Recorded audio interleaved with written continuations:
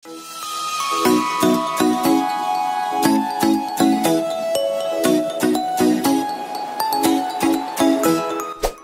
niyo ba na meron ding tinatawag na food mapper? At ang trabaho niya, alamin ang local ingredients para mag-document at magpapag-aralan yan.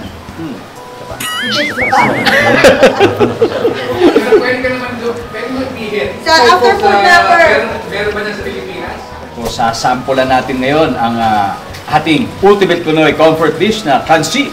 Pero this time, gamit ang isang ingredient na bihirang makita sa palengke. Recommended by Mr. Localpedia himself, John Sherwin Felix. Hey John, welcome to Amazing Earth. Magandang umaga, Ding Dong. Yes, magandang umaga rin sa'yo. Oh, magandang gabi sa ating mga manonood. Yes. Kahit umaga kayo. Okay lang yan. Pipihit kay Coke. Okay. Yan ay alibang ba?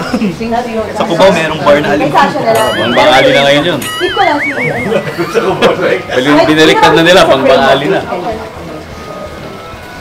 Marami na daw nahuhuli, kaya... Alibang ba? Sequence 19 kay Sasha with pan. Hilig pa naman si Dong sa maas. Medyo madumi nga lang. Dong sa amin, kalamyas talaga sa Batangas. Kalamyas. Next week, tuloy-tuloy pa rin ang mga makulay pero mabangis na kwentong amazing tungkol sa wildlife ng Africa. Ako po si Ding Dong Dantes. Next week, sama-sama ulit tayong maglakbay, mag-enjoy at matuto dito sa nag-iisa natin. Amazing Earth!